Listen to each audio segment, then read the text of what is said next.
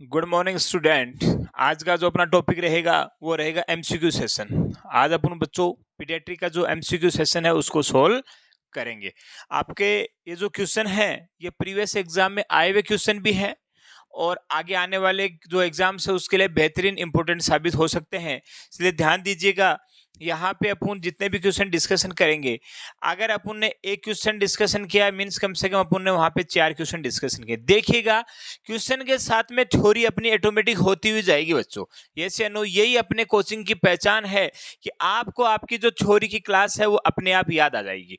चलिए अगर अपन शुरुआत करते हैं पहले से, तो फर्स्ट जो अपना जो क्वेश्चन है वो बच्चों आपके सामने स्क्रीन पे, what is the average birth wait. देखिए शब्द में बहुत कुछ रखा है, शब्द में बहुत कुछ रखा है। इसमें वर्ड जो आया है बच्चों आपके सामने वो आया है एवरेज वर्ड।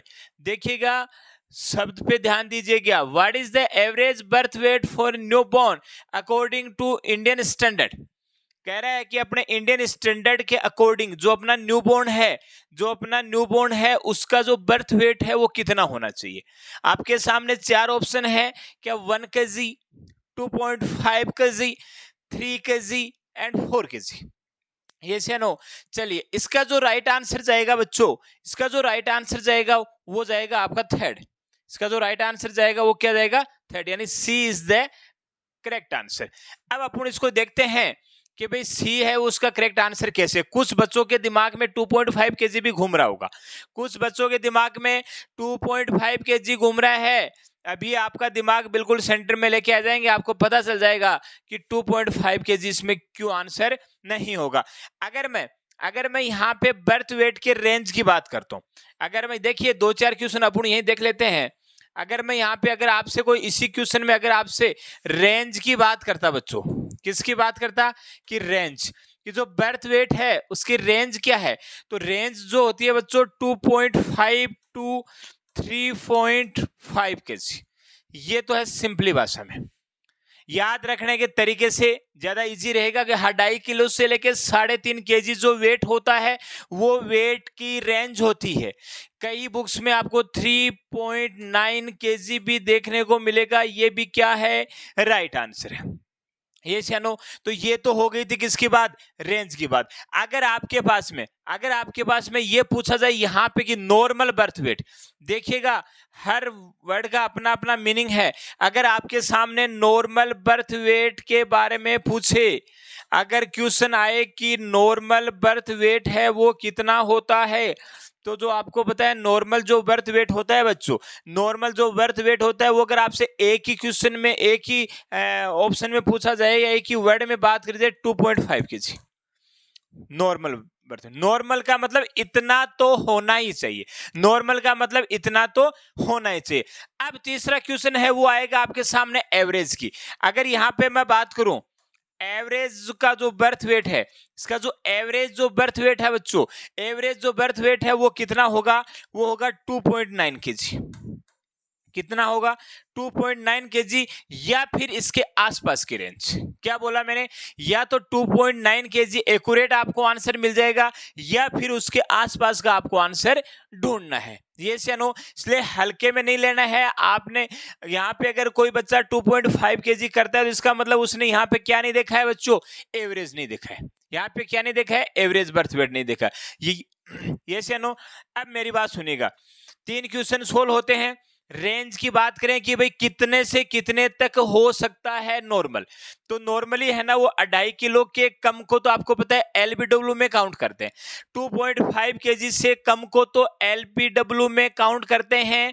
इसलिए ये तो समझ में आ गया कि शुरुआत 2.5 से तो होनी है, 2.5 kg से ऊपर का ही बेबी होना चाहिए। तो नीचे की रेंज तो आपको समझ में आ गई, ऊपर की रेंज मैंने लिखी है 3.9 मीन्स बोले तो एक तरीके से मैं बोलूं कि नियर बाई 4 kg के आसपास आ गया है। तो यानी कि अगर मैं बोलूं कि 3.9 kg के ऊपर का अगर बेबी होगा तो मैक्रोसोमिया बोलेंगे। क्या बोलेंगे, मैक्रोसोमिया बोलेंगे। तो आपको पता चल गया कि अगर 4 kg वेट हुआ तो मैक्रोसोमिया बोल दिया, 2.5 से नीचा हुआ तो एलबीडब्ल्यू बोल दिया। तो ये रेंज आपके सामने अपने आप आ गई, ये रेंज है, ये आपके सामने अपने आप आ गई बच्चों, समझ में आ गई। तो जो रेंज की बात थी वो तो आ गई बच्चों 2.5 से 3.9 kg। यस या नो? इसके आसपास के आप इस तरीके से देखिए, 2.5 टू 3.9 केजी ऑप्शन में है तो भी आपका राइट आंसर ये जाएगा, 2.5 टू 3.5 केजी है तो भी आपका राइट आंसर यही जाएगा। तो ये तो अगर वहां पे देखिए ऊपर देखिएगा क्या पूछ रहा है, ये रेंज था।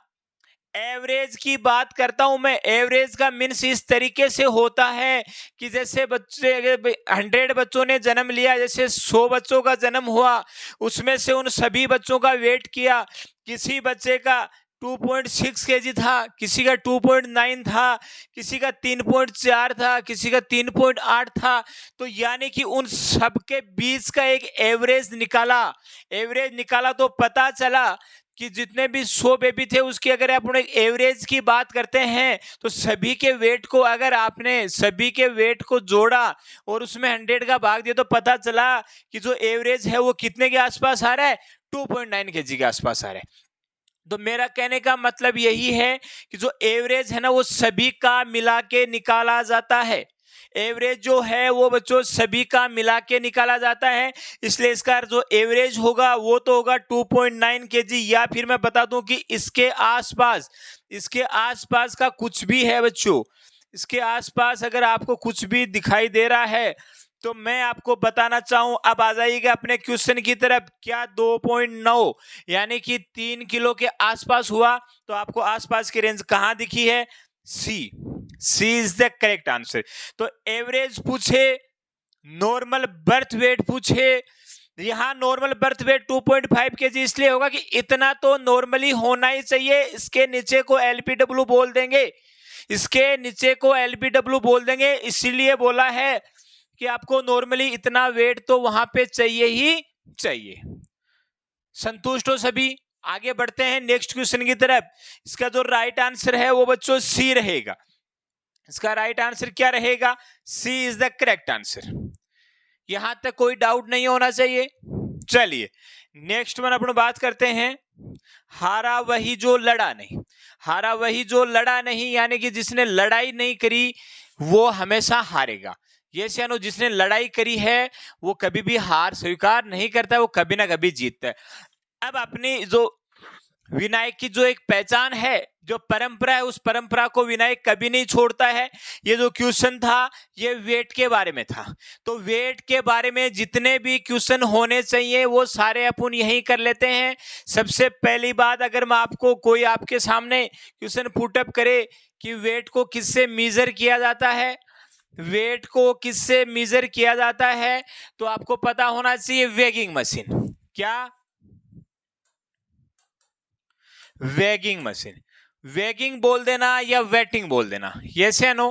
वेगिंग या वेगिंग मशीन से क्या किया जाता है?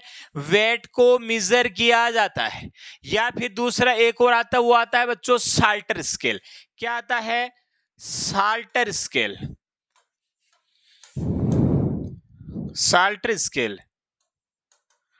साल्टर स्केल समझ में आएगी?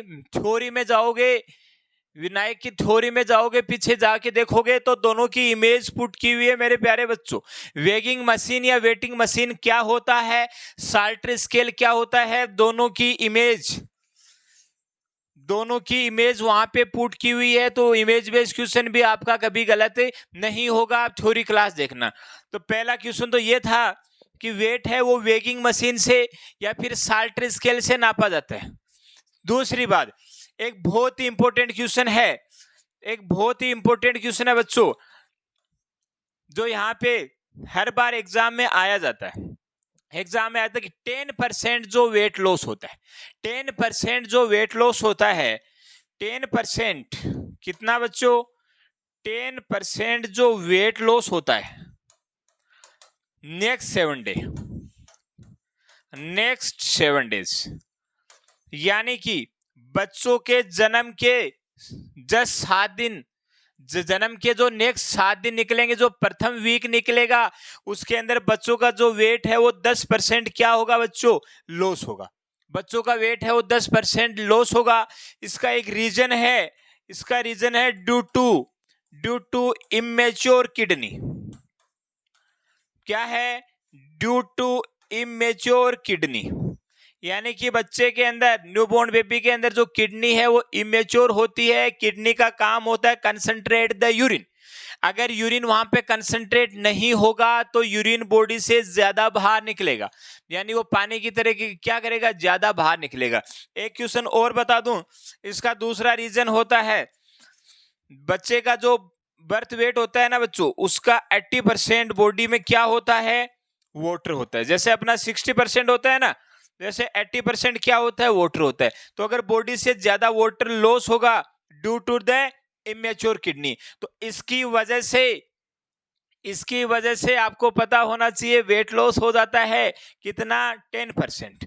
तो ये क्वेश्चन आता है कि 10% जो वेट लॉस है वो कब होता है, तो इसके दो आंसर आपके सामने हैं।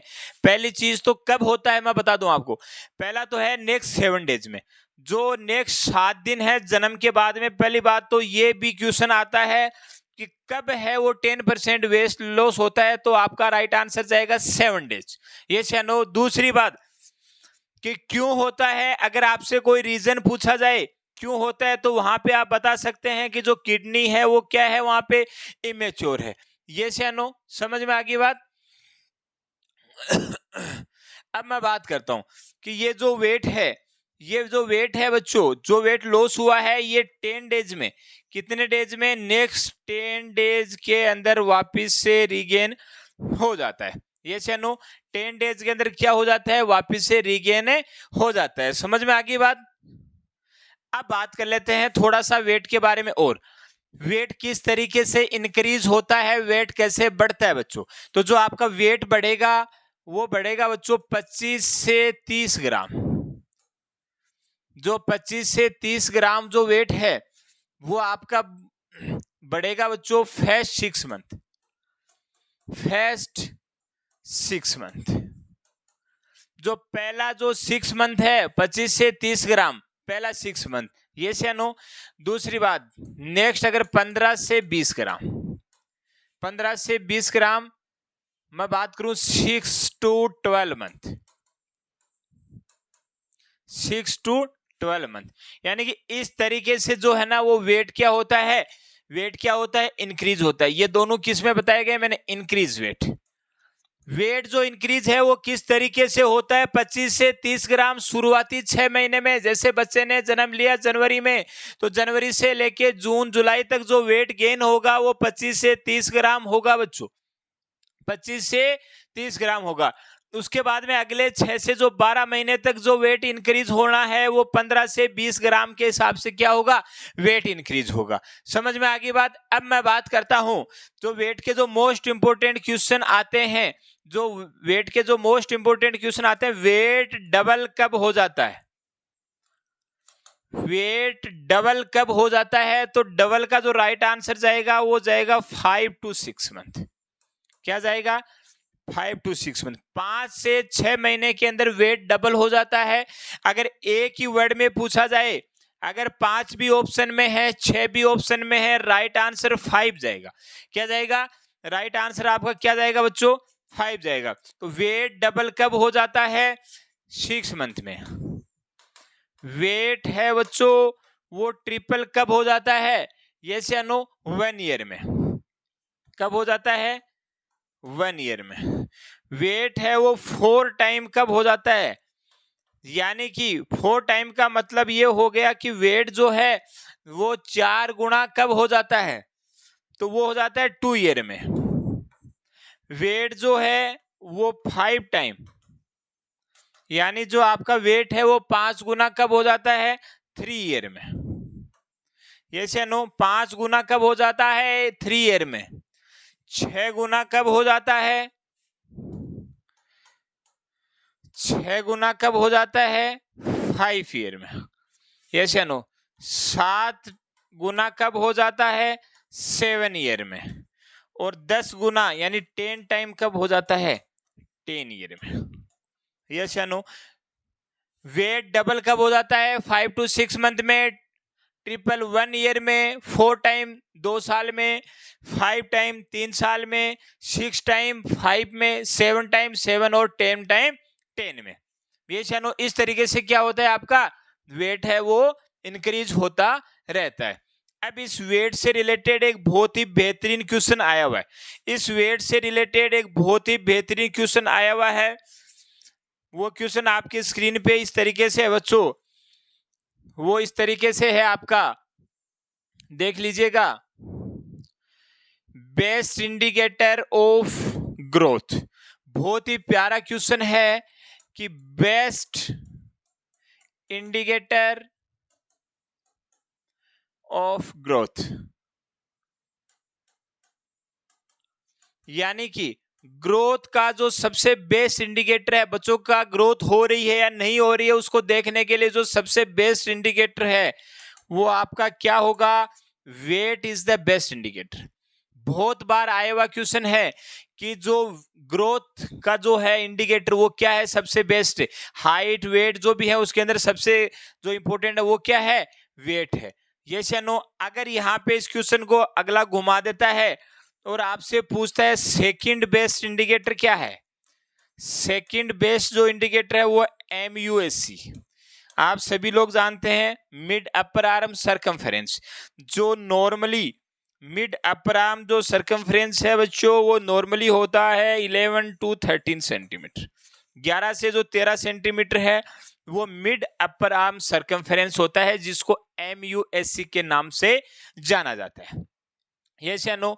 आई होप वेट के बारे में जो होना था उससे ज्यादा तो वेट के बारे में क्या ही बताएंगे आपको। तो वेट के बारे में मैंने रेंज की बात करी, नॉर्मल वेट की बात करी, एवरेज वेट की बात करी, 3 क्वेश्चन ये हो गए आपके सामने। उसके बाद में वेगिंग मशीन वाला 10% 5 क्वेश्चन, 6 7 एक मिला के 8 9 10, यानी 10 क्वेश्चन आपके एक क्वेश्चन से सोल्व हुए। 10 क्वेश्चन आपके एक क्वेश्चन से सोल्व हुए। अगर यहाँ पे 10 क्वेश्चन बताए जाते हैं तो इसका मतलब क्या है, यहाँ पे कम से कम 100 क्वेश्चन का सॉल्यूशन करवाया जाएगा। Best indicator of growth weight उसका राइट आंसर जाएगा। आया हुआ क्वेश्चन है, इंपॉर्टेंट कर लेना। सेकंड बेस्ट MUSC होगा, मिड अपर आर्म सरकमफेरेंस वहां पे देखने को मिलेगा। यस या नो। 6 मंथ पे वेट है वो डबल हो जाता है। एक ही वर्ड में बात करें तो 5 मंथ इसका राइट आंसर जाएगा, 5 महीने। रेंज में आ जाएगा तो 5 to 6 लिखा जाएगा। 3 टाइम ट्रिपल कब हो जाएगा, 1 साल पे। 4 टाइम हो जाएगा 2 साल पे। अपन ने तो बच्चे की 10 साल तक की बात कर ली है। एग्जामिनर को जहां से पूछना है पूछ सकता है। चलिए नेक्स्ट क्वेश्चन की तरफ चलते हैं कि भाई a newborn weight is more than 4 kg is called, कि जो न्यूबॉर्न बेबी है, न्यूबॉर्न बेबी है बच्चों, उसका जो वेट है वो 4 किलो से ज्यादा है, 4 kg से वेट ज्यादा है, उसको क्या कहेंगे, क्या कहेंगे, माइक्रोसोमिया, मैक्रोसोमिया, मैक्रोसिफेली, माइक्रोसिफेली। सबसे पहली बात मैं आपको समझा देता हूं कि पहली बात तो जो सोमा जो वर्ड है, क्या बच्चों, सोमा जो वर्ड है वो बॉडी के लिए काम में लिया जाता है। किससे लिए, बॉडी में। माइक्रो का मतलब छोटा होता है, मैक्रो का मतलब बड़ा होता है। दूसरी बात जो सिफेली जो वर्ड है, जो सिफेली जो आपको वर्ड दिखाई दे रहा है, जो सिफेली जो वर्ड है वो आपको पता होना चाहिए, वो यहाँ पे हेड के लिए काम में लेते हैं, ये आप लोग जानते हैं। तो यानी कि ये किसकी बात कर रहा है, वेट की बात कर रहा है। तो वेट में आपको पता है कि शरीर से रिलेटेड, बॉडी से रिलेटेड ही बात होनी है। तो पहली बात तो ये समझ में आ गया कि जो सोमा लिखा हुआ है, जो सोम्या लिखा हुआ, उसी में से कुछ ना कुछ होगा। देखिए आप, इंसान को जब क्वेश्चन का आंसर नहीं आता है तो इस तरीके से भी वो अपना आंसर निकाल पाता है, इस तरीके से भी वो आंसर निकाल पाता है। माइक्रो मैक्रो का आपको पता है, सिफेली का मतलब मैंने बता दिया, सोमा का मतलब मैंने बता दिया। तो अभी आपको पता चल गया कि वेट है वो 4 kg है। मैंने अभी आपको बताया थोड़ी देर पहले जो इसका रेंज बताई थी, तो रेंज बताई थी उसमें लास्ट रेंज मैंने 3.9 kg करके छोड़ा था। अपन ने बात कर ली थी 2.5 to 3.9 kg, तो यानी इससे ऊपर है, इसका मतलब अब नॉर्मल है। नॉर्मल तो नहीं है, तो आपको पता चल गया सोमा वर्ड बॉडी से रिलेटेड है, मैक्रो वर्ड है वो किससे रिलेटेड है, ज्यादा से रिलेटेड है, बड़ी चीज से रिलेटेड है। तो इसका राइट आंसर क्या जाएगा, बी जाएगा। यस या नो। करेक्ट आंसर क्या है प्यारे बच्चों, बी। यानी कि अगर वेट है वो 4 किलो से ज्यादा हुआ तो उसको बोलेंगे मैक्रोसोमिया। यस या नो? 4 किलो से अगर उसका ज्यादा हुआ तो उसको क्या बोलेंगे? मैक्रोसोमिया बोलेंगे। समझ में आ गई बात? चलिए, अब ये कंडीशन मैक्रोसोमिया वाली कंडीशन, या तो ये डायबिटिक मदर है, क्या क्या है बच्चों? डायबिटिक मदर का बच्चा है, GDM, gestational diabetes mellitus. Yes या नो? इस कंडीशन के अंदर क्या होता है आपका? मैक्रोसोमिक जो बेबी है वो पैदा होता है। अब आपको पता है कि मैक्रोसिफेली कब हो जाता है? मैक्रोसिफेली हेड है वो कब बढ़ जाता है? आपको पता है ये हाइड्रोसिफेलिस में देखने को मिलता है। हाइड्रोसिफेलिस के अंदर देखने को मिलता है। समझ में आ गई बात? ये किस में देखने को मिलता है? हाइड्रोसिफेलिस के अंदर देखने को मिलता है मैक्रोसिफेली। तो माइक और जो मैक्रोसोमिया है वो आपको डायबिटिक मदर या जेस्टेशन डायबिटिक मदर है तो उसके अंदर आपको ये कंडीशन वहां पे देखने को मिलती है। समझ में आ गई बात? इसको एक नाम से और जानते हैं बच्चों, लार्ज फॉर जेस्टेशन एज। इसको इस नाम से, किसको? मैक्रोसोमिया जो है इसको एक नाम से और जानते हैं, उसको बोलते हैं large for gestation age. Large for gestation age यानी कि जितनी जेस्टेशन एज होनी चाहिए थी उससे लार्ज है, यानी कि लगभग ये बच्चा 42 वीक के बाद का है। Large for gestation age, heavy for date, एक और बोलते हैं इसको हैवी, हैवी फॉर डेट, यानी कि जिस डेट को पैदा होना चाहिए था उससे ज्यादा टाइम लिया, हैवी फॉर डेट। अगर इसके परसेंटाइल की बात करते हैं तो more than 90 percentile, more than 90 percentile. Yes या नो? ये क्वेश्चन भी आता है। तो जो मैक्रोसोमिया है वो लार्ज फॉर जेस्टेशन एज के नाम से भी, हैवी फॉर डेट के नाम से भी, और अगर परसेंटाइल आपको पता है पूछा जाता है तो 90 परसेंटाइल से अबो इसका परसेंटाइल होता है। 90% से अबो इसका क्या होता है? परसेंटाइल होता है। तो आपके सामने स्क्रीन पे जो क्वेश्चन है इसका सॉल्यूशन हो गया है बच्चों। बी इसका करेक्ट आंसर है। मैक्रोसोमिया इसको बोला जाता है अगर बेबी का वेट है अगर वो 4 किलो से ऊपर होता है। चलिए नेक्स्ट क्वेश्चन की तरफ देखिएगा। ये 4 जो ऑप्शन है इसको, इसमें आपको पता लगाना चाहिए कि कौन कौन सा सही है, किस सीक्वेंस में है। पहला बता रहा है Koplik spot show with measles. क्या मीजल्स के अंदर Koplik spot? Yes. Most common complication measles in otitis media, बिल्कुल सही है। Most common cause of death in measles in pneumonia, बिल्कुल सही है। 3C below 2 months, no. 3C below 2 months, 3C जो होता है वो मंथ्स में नहीं होता है। 3C जो होता है बच्चों वो मीजल्स में होता है। 3C जो होता है वो किस में होता है? मीजल्स में होता है। 3C किस में देखने को मिलता है? मीजल्स में। 3C मीजल्स में होता है। कफ,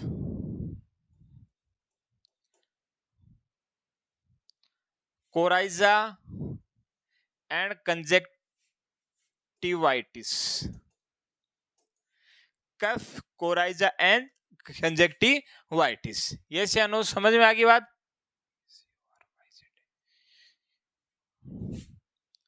कफ, कोराइजा एंड कंजक्टिवाइटिस। समझ में आ गई बात? तो यानी कि 1 नंबर सही है, 2 नंबर सही है, 3 नंबर सही है, चौथा है वो सही नहीं है। जो 3C होता है, 3C होता है वो मीजल्स में देखने को मिलता है जिसको बोलते हैं कफ, कोराइजा एंड कंजक्टिवाइटिस। यस या नो? ये भी क्वेश्चन बहुत इंपॉर्टेंट है। 3C किस में देखने को मिलता है? मीजल्स में, कफ, कोराइजा एंड कंजक्टिवाइटिस।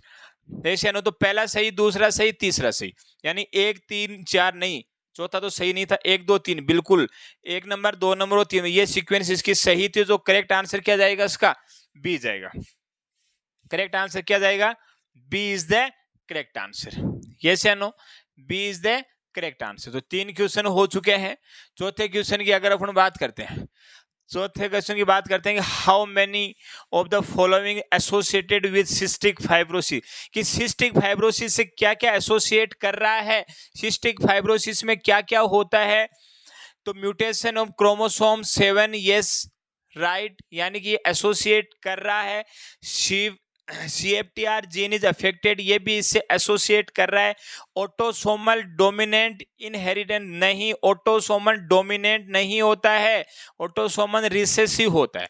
क्या होता है? रिसेसिव होता है बच्चों, डोमिनेंट वहां पे नहीं होता है। तो इसको छोड़ के चौथा क्या है? There is increase sodium and water uptake from lumen, बिल्कुल ये भी सही है। यानी कि एक्सेप्ट का क्वेश्चन पूछा है, कौन सा इसमें नहीं होना चाहिए? तो डोमिनेंट नहीं होता है, वो रिसेसिव होता है। क्या नहीं होता है? ऑटोसोमल डोमिनेंट नहीं होता है, इसका जीन कौन सा होता है? रिसेसिव होता है। तो ये इसका गलत है। तो इस क्वेश्चन के अकॉर्डिंग इसका राइट आंसर क्या जाएगा? सी इसका राइट आंसर जाएगा। समझ में आ गई? Correct answer is C. At what age do infant typically begin to produce tears? बहुत ही प्यारा क्वेश्चन, देखने में छोटा क्वेश्चन लगता है कि भैया बच्चे के आंसू हैं वो कब निकलते हैं, बच्चे के जो आंसू हैं वो कब निकलते हैं। कह रहा है कि क्या 37 वीक ऑफ जेस्टेशन, क्या बच्चे जब माँ के पेट में 37 वीक का है जब भी उनका प्रोडक्शन होता है, क्या एट बर्थ पे होता है, 1 वीक पे होता है, या फिर 2 मंथ पे होता है? ये से अनु बच्चों खुद दीजिएगा इसका आंसर। खुद लेक्राइमल अपार्टस नहीं बनता है एट बर्थ पे। अगर मैं इसमें एट बर्थ की बात करूं, एट बर्थ पे जो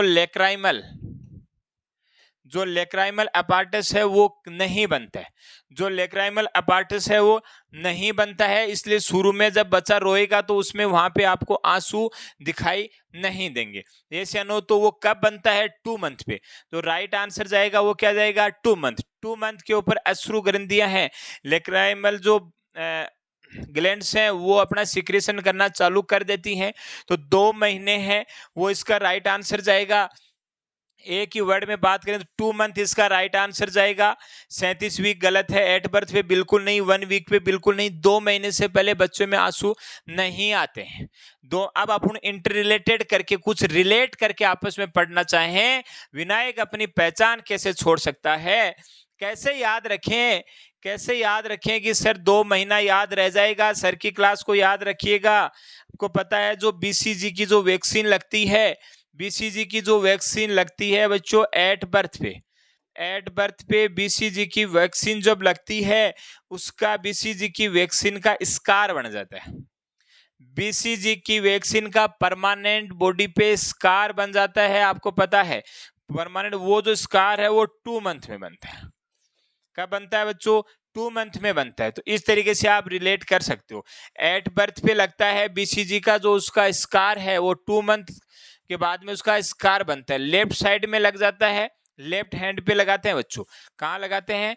लेफ्ट साइड में लगाते हैं, इंट्राडर्मली ID इसको लगाते हैं। ये सियानो लेफ्ट साइड में लगाते हैं और इसको ID रूट, इसका जो रूट कौन सा रहेगा? वो रहेगा इंट्राडर्मल। ये सियानो इससे रिलेट करके एक क्वेश्चन और याद करवाऊं मैं आपको। बहुत ही प्यारा क्वेश्चन है, बहुत बार एग्जाम में आया क्वेश्चन है। और 2 मंथ में बच्चों में क्या होता है? सबसे प्यारा क्वेश्चन, सोशल स्माइल। यस या नो? Social smile.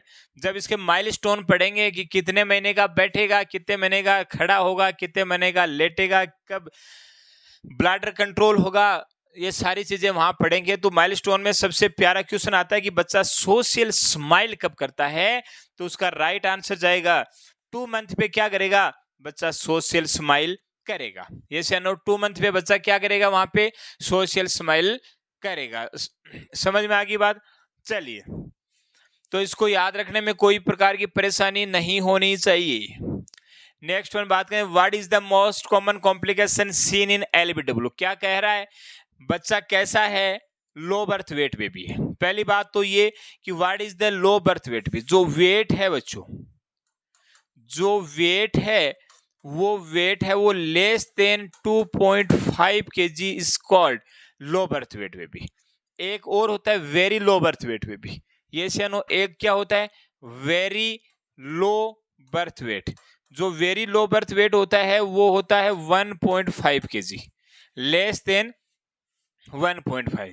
एक होता है एक्सट्रीमली लो बर्थ वेट, बहुत ही कम, उसका जो वेट होता है वो होता है 1 kg। इसको या एक्स से लिख सकते हैं 1000 ग्राम, 1000 ग्राम से कम।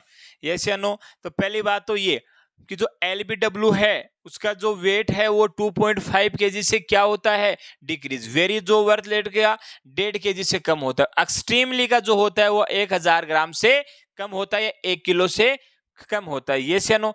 अब आपको पता होना चाहिए कि जो लो बर्थ वेट बेबी है, क्या है बच्चों, जो लो बर्थ वेट बेबी है, जो LBW है, वो या तो क्या होने के चांसेस हैं, प्रीमेच्योर, ये से नो, या क्या होगा, प्रीटर्म होगा, प्रीटर्म या प्रीमेच्योर। ये तो आपको पता है, प्रीटर्म बच्चा होगा या प्रीमेच्योर बेबी होगा, उसी का ही वेट क्या होगा, डिक्रीज होगा। तो ज्यादातर चांसेस होते हैं जो लो बर्थ वेट बेबी होते हैं वो मैक्सिमम टाइम प्रीटर्म होते हैं या प्रीमेच्योर होते हैं। और आपको पता है कि प्रीटर्म या जो प्रीमेच्योर जो होते हैं, इसके अंदर जो लेसिथिन एंड जो स्फिंगोमाइलिन जो है, जो लेसिथिन एंड जो स्फिंगोमाइलिन है, उसका डिस्टर्बेंस होता है। ये क्या है, सर्फेक्टेंट है। तो सर्फेक्टेंट का इश्यू आता है। 2 प्रकार के सर्फेक्टेंट होते हैं, लेसिथिन एंड स्फिंगोमाइलिन। ये जो इसमें मेजर रोल अदा करते हैं। ये प्रीटर्म या प्रीमेच्योर बेबी के अंदर इसका डिस्टर्बेंस रहता है। वो कितना क्या रहता है, वो रेशियो मैंने बताया हुआ है, क्लास में जाके देख लीजिएगा, बहुत स्पेशली तरीके से समझाया हुआ है, याद का तरीका भी समझाया हुआ है। ये चलो, तो मेरा कहने का मतलब है उसकी वजह से वहां पे रेस्पिरेशन में दिक्कत होती है, उसकी वजह से वहां पे रेस्पिरेशन में प्रॉब्लम होती है, आपको पता होना चाहिए। लेसिथिन एंड जो स्फिंगोमाइलिन है, उसके वो जो मतलब सर्फेक्टेंट है, उसकी वजह से रेस्पिरेटरी डिस्ट्रेस वहां पे देखने को मिलता है। तो मैं बताऊं कि heart disease, brain disease, GIT समस्या, इससे सबसे पहली जो समस्या प्रीटर्म या प्रीमेच्योर बेबी में होने के चांसेस हैं वो रेस्पिरेटरी डिस्ट्रेस होने के चांसेस हैं, because the LBW is the mostly premature and preterm baby। yes या नो, प्रीटर्म या प्रीमेच्योर बेबी। तो इसलिए इसका जो राइट आंसर जाएगा वो जाएगा क्या, एक। राइट आंसर क्या जाएगा बच्चों, ए। ओके, नेक्स्ट क्वेश्चन है, अम्लाइकल कोड टिपिकली ड्राई, यानी कि कब तो अम्लाइकल कोड सूख जाती है और कब गिर जाती है, कब ये सेड ऑफ हो जाती है, कब फॉल हो जाती है।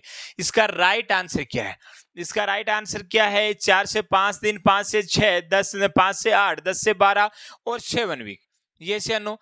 अब मैं बात करता हूं, अगर बात ही हो गई अम्लाइकल कोड की तो क्लास को रिवाइज करवा देता हूं। अम्लाइकल कोड के अंदर जो मोस्ट इंपोर्टेंट इससे आने वाले जो क्वेश्चन है वो है बच्चों, 2 आर्टरी होती है, एक क्या होती है, वेन होती है। याद रखने के, 2 आर्टरी 1 वेन, 2 आर्टरी 1 वेन। आपको पता है कि आर्टरी के अंदर डीऑक्सीजनेटेड ब्लड बहता है और इधर जो वेन है उसके अंदर कौन सा ब्लड बहता है, ऑक्सीजनेटेड ब्लड बहता है। ये आप सभी लोग जानते हैं। जैसे 2 आर्टरी होती है, एक वेन होती है, समझ में आ गई। आर्टरी के अंदर हमेशा से डीऑक्सीजनेटेड ब्लड बहता है।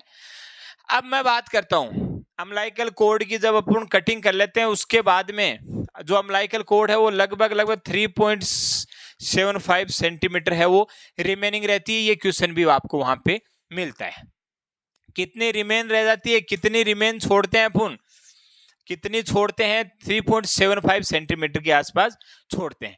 अब इससे रिलेटेड क्वेश्चन, सबसे पहली चीज कि ये मतलब गिर कब जाती है, गिरने का जो राइट आंसर दे दूं मैं आपको, तो एक ही शब्द में अगर मैं आंसर बताऊं तो पहला आंसर इसका जाएगा 1 वीक।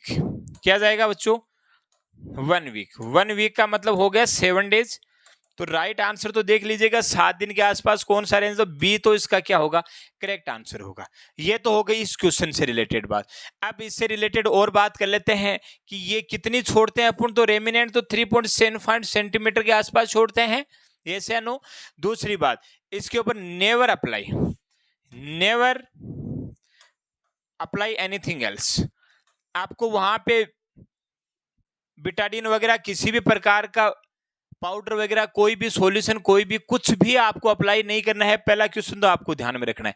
अगर आप वहां पे कुछ भी काम में लेते हो तो वो ले सकते हो 70% एल्कोहल, यस या नो। 70% जो एल्कोहल है वो आप वहां पे काम में ले सकते हो। इसको हमेशा क्या रखना है, एयर ड्राई रखना है, यस या नो, एयर ड्राई रखना है। इसके ऊपर आपको कुछ भी अप्लाई नहीं करना है, यस या नो, कुछ भी आपको अप्लाई नहीं करना है। समझ में आ गई बात। अब मैं बात करूं, इससे रिलेटेड एक क्वेश्चन आता है, इससे रिलेटेड एक आपको पता होना चाहिए, इस पे कुछ भी अप्लाई नहीं करते, ये सूखी होनी चाहिए, ड्राई होनी चाहिए। अगर इसमें किसी भी प्रकार के सिक्रेशंस वगैरह फर्स्ट फॉर्मेशन ऐसा कुछ आपको दिखाई देता है तो आपकी फर्स्ट नर्सिंग का रोल क्या होगा, वो होगा इन्फॉर्म। वो क्या होगा बच्चों, इन्फॉर्म हेल्थ केयर प्रोवाइडर। जो हेल्थ केयर प्रोवाइडर हैं, डॉक्टर वगैरह, उनको इन्फॉर्मेशन देनी है। तो यानी कि इससे देखिए कितने क्वेश्चन हो गए। पहला तो ये एक वीक में सेट आउट हो जाती है। पहला क्वेश्चन, 2 आर्टरी 1 वेन होता है, आर्टरी डीऑक्सीजनेटेड रखती है, वेन ऑक्सीजनेटेड रखती है। इसका जो अपन जब कोड को कट करते हैं तो 3.75 सेंटीमीटर वहां पे छोड़ते हैं। एक वीक में ये सेट आउट हो जाती है। कुछ भी अप्लाई नहीं करना है, एयर ड्राई रखना है।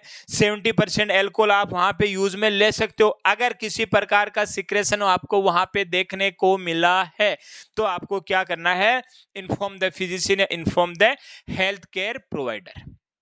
यस या नो? चलिए, इसका राइट आंसर आपके सामने है बी। हो गया बच्चों।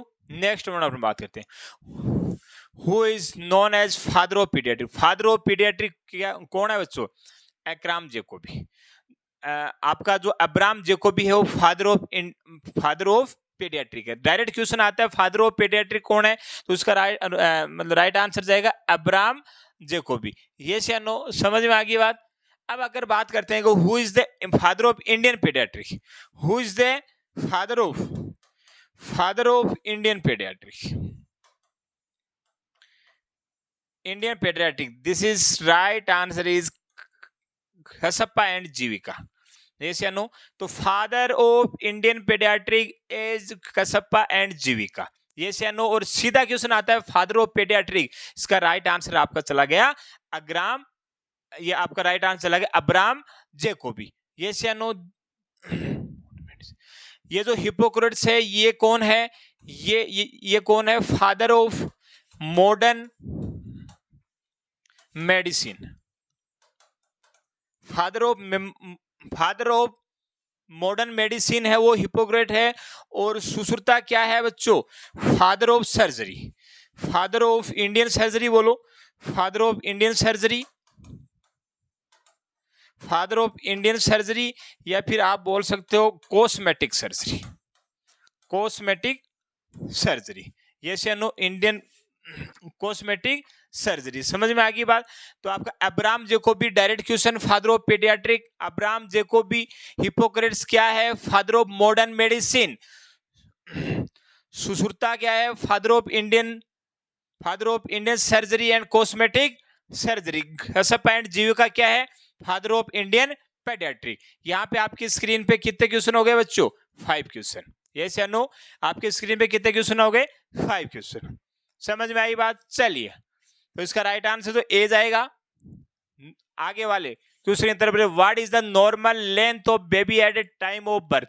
वेट की बात हो गई थी, लेंथ की बात कर लेते हैं, लंबाई की बात कर लेते हैं। यहाँ पे आपको हाइट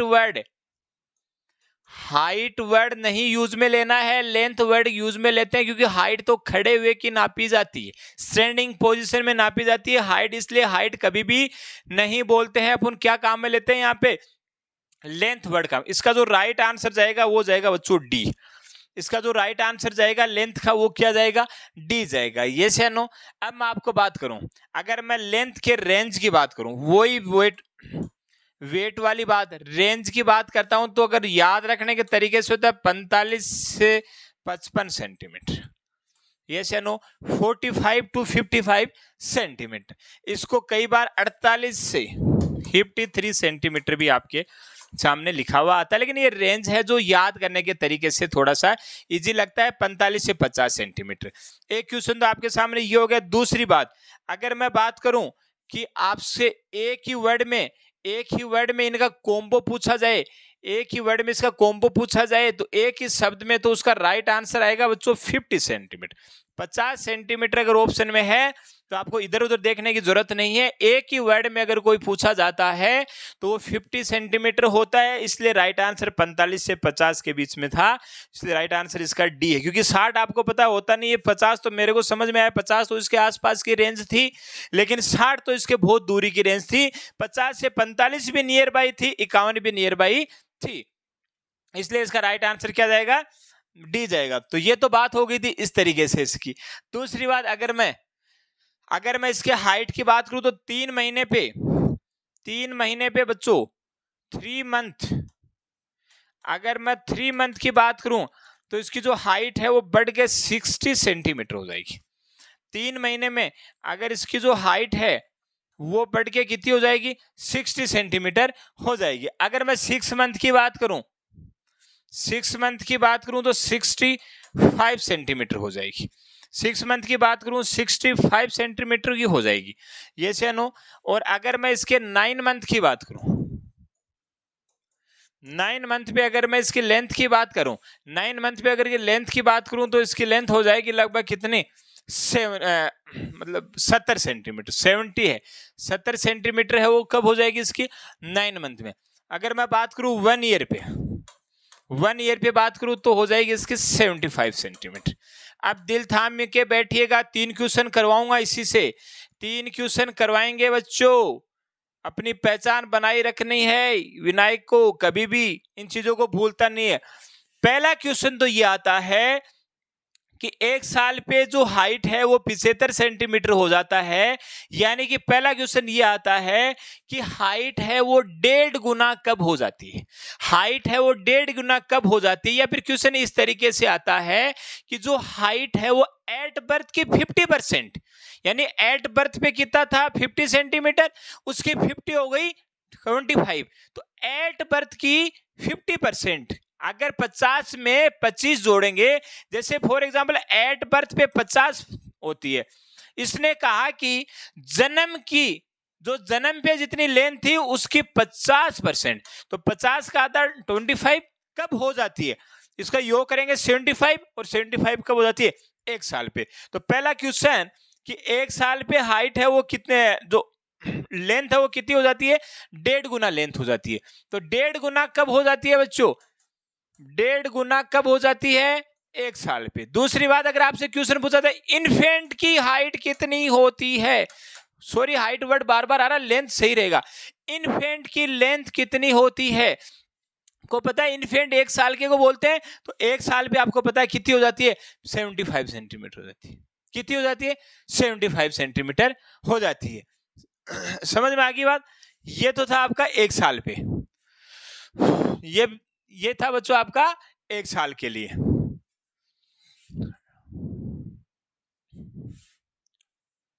डेढ़ गुना हाइट यहां पे हो गई थी आपकी, समझ गए बात। 4 साल पे 4 ईयर पे हो जाती है डबल, और डबल कितनी होती है आपको पता है, डबल कितनी होती है 100 सेंटीमीटर। 4 से 4.5 इसकी रेंज कर लेना, 4 to 4.5 है, 4.5 से मतलब 4 से 4.5 की उम्र के अंदर कब नहीं हो जाती है, डबल हो जाती है। डबल कितनी होती है, 100 होती है, क्योंकि एट बर्थ पे अपन ने एक ही शब्द में कितने की बात करी थी, 50 की बात की, तो 50 से 2 गुना कितना हो गया, 100 हो गया। 4 से 4.5 साल की उम्र में, 13 से 15 साल की उम्र में, 13 से 15 साल की उम्र में जो होती है वो हो जाती है बच्चों 150 सेंटीमीटर। तो मैं यहाँ पे दूसरे तरीके से पूछूं कि हाइट है वो ट्रिपल कब हो जाती है, क्या हो जाती है, ट्रिपल। तो आपकी जो ट्रिपल हो जाएगी वो 13 से 15 साल में क्या हो जाएगी, ट्रिपल हो जाएगी। और ट्रिपल कितनी हो जाएगी, 150 सेंटीमीटर है वो क्या हो जाएगी आपकी, ट्रिपल हो जाएगी। हाइट है जो लेंथ है वो इनफेंटोमीटर से, किससे, इनफेंटोमीटर से नापते हैं। किससे नापते हैं बच्चों, इनफेंटोमीटर से। ये से नो, या अगर अपन स्टैंडिंग पोजीशन में नापते हैं तो स्टेडियोमीटर। स्टेडियोमीटर, अगर बच्चे को स्टैंडिंग पोजीशन में ऐसे हाथ पकड़ के खड़ा करके अपन नापेंगे तो उसको बोलेंगे स्टेडियोमीटर के नाम से। ये से नो, समझ में आ गई बात। अब बात करते हैं हाइट इंक्रीज कितने महीने पे कितनी होगी, वो तो मैंने बात कर ली। कैसे कैसे इंक्रीज होती है, 2.5 से 3 सेंटीमीटर फर्स्ट 6 मंथ में, फर्स्ट जो 6 मंथ की बात करूं तो उसमें आपको पहले 6 महीने में 3 सेंटीमीटर पर मंथ, यस या नो, 2.5 से 3 सेंटीमीटर हर महीने आपकी हाइट है वो इंक्रीज होगी, यस या नो। अगर मैं बात करूं नेक्स्ट 6 मंथ की बात करूं, यानी कि 6 महीने से लेके 12 महीने तक की अगर मैं बात करूं तो वो 1 से 1.5 सेंटीमीटर पर मंथ बढ़ेगी। यहां ध्यान रखना, मैं यहाँ पे मंथ लिख रहा हूं कि वीक लिख रहा हूं, ये लिख रहा हूं, हर महीने बढ़ेगी, यस या नो। समझ में आ गई बात आपको? दूसरी बात,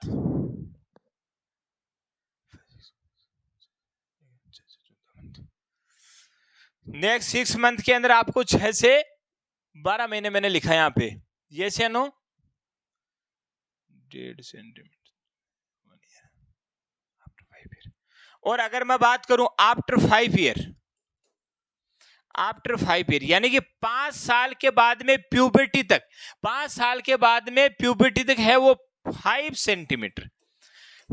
सेंटीमीटर पर ईयर बढ़ेगा। यहां पे मैंने मंथ नहीं लिखा है, पर ईयर बढ़ेगा प्यूबर्टी तक, जब तक प्यूबर्टी आएगी, जब तक अगर जो बढ़ेगा वो बढ़ेगा कितना, 5 साल के बाद। 5 साल से पहले जो मैंने बताया शुरू के 6 महीने में 2.5 से 3, 6 से 1 साल तक आपको 6 से मतलब 6 महीने तक आपको 6 से 1 साल तक का 1.5 सेंटीमीटर पर मंथ, 1 से 1.5 सेंटीमीटर पर मंथ के हिसाब से अगर क्वेश्चन आता कि 5 साल के बाद में जो हाइट है वो कैसे बढ़ती है, तो 5 सेंटीमीटर पर ईयर के हिसाब से बढ़ेगी 5 साल के बाद में हाइट, यस या नो। समझ में आ गई बात? ये आपके हाइट से जो भी रिलेटेड क्वेश्चन थे वो सारे हो गए हैं। नेक्स्ट वन अगर अपन बात करते हैं तो पॉजिटिव एजेंट पूछा है ओरल थ्रस का जो पॉजिटिव एजेंट होता है बच्चों बताया हुआ है कैंडिडा एल्बिकेंस होता है वो ओरल थ्रस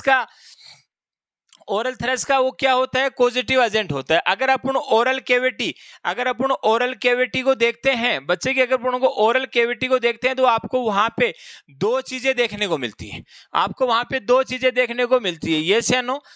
पहली मिलती है ओरल थ्रस और नेक्स्ट वन मिलता है एपेस्टिन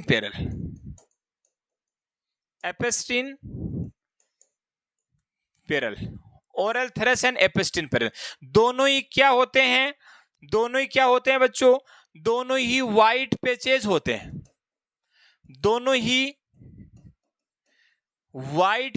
होते हैं, यस या नो। जो किसके ऊपर होते हैं, आपके जो गम है उस पे होते हैं, और आपके जो पैलेट है, hard palate and short palate, उस पर।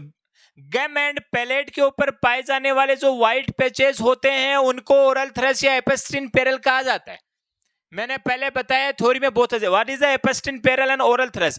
व्हाइट पैचेस होते हैं, गम्स एंड पैलेट पे पाए जाते हैं, दोनों एक जैसे दिखते हैं, ये चैनल। तो अगर अपन ओरल कैविटी का एग्जामिनेशन करते हैं तो आपको ये दोनों कंडीशन आपको वहां पे देखने को मिलती है, ये चैनल। तो ये जो ओरल थ्रस वाली जो कंडीशन होती है बच्चों, वो किसकी वजह से होती है, आपकी कैंडिडा एल्बिकेंस की वजह से होती है। और ये जो कंडीशन होती है ये कैसी होती है, नॉर्मल कंडीशन। देखिए दोनों व्हाइट पैचेज होते हैं, दोनों गम्स एंड पैलेट पे पाए जाते हैं, तो अपने को कंफर्म करना होता है कि ये ओरल थ्रस है या एपेस्टिन पेरल है, ये से तो एपेस्टिन पेरल है या ओरल थ्रस है। तो किस तरीके से अपन पता करेंगे, वहां पे एक गोज लेंगे, कॉटन लेंगे, वहां पे एक कॉटन लेंगे या गोज लेंगे, वहां पे एक स्वाब लेंगे, और स्वाब लेके उस जो व्हाइट पैचेज है उसको रब करेंगे, उसको वहां पे हटाने की कोशिश करेंगे। अगर वो कंडीशन पेनफुल है, बच्चा क्राई करता है और डोंट रिमूव, और वो कंडीशन जो व्हाइट पैचेज है वो वहां से हटते नहीं है, तो इस कंडीशन को ओरल थ्रस कहा जाता है। अगर वो कंडीशन पेनलेस है, बच्चा क्राई नहीं करता है और वहां पे इजीली रिमूव हो जाते हैं, तो वो कंडीशन एपेस्टिन पेरल है। वो कंडीशन क्या है आपकी, एपेस्टिन पेरल है। समझ में आ गई बात? तो ये जो क्वेश्चन था इसमें पॉजिटिव एजेंट ऑफ ओरल थ्रस पूछा था, कैंडिडा एल्बिकेंस। दो कंडीशन होती हैं एपेस्टिन पेरल एंड ओरल थ्रस। जब आप ओरल कैविटी का एग्जामिनेशन करते हो कैसे पता चलेगा कि एफिस्टिन पेरल यानी नॉर्मल कंडीशन है या ओरल थ्रेश है जो किसी कैंडिडा एल्बिकेंस की वजह से हुआ है? तब आपको पता है वहां पे कॉटन का स्वाब लेना है। कैंडिडा एल्बिकेंस की वजह से अगर ओरल थ्रेश हुआ है तो वो कंडीशन पेनफुल रहेगी, बच्चा रोएगा, वहां पे वो रिमूव नहीं होंगे। तो वो कंडीशन ओरल थ्रेश है। अगर वो नॉर्मल कंडीशन है तो पेनलेस होगी, बच्चा वहां रोएगा नहीं और वो जो व्हाइट पैचेस है वहां से इजिली रिमूव हो जाते हैं। यस या नो? तो ये था आज का आपका क्वेश्चन सेशन। आई होप बहुत अच्छे से समझ में आया होगा। हमने यहाँ पे थ्योरी क्लासेस को साथ में करवाने की कोशिश करी है। यस या नो? थ्योरी क्लासेस को अपने साथ में करवाने की कोशिश करी है। धन्यवाद।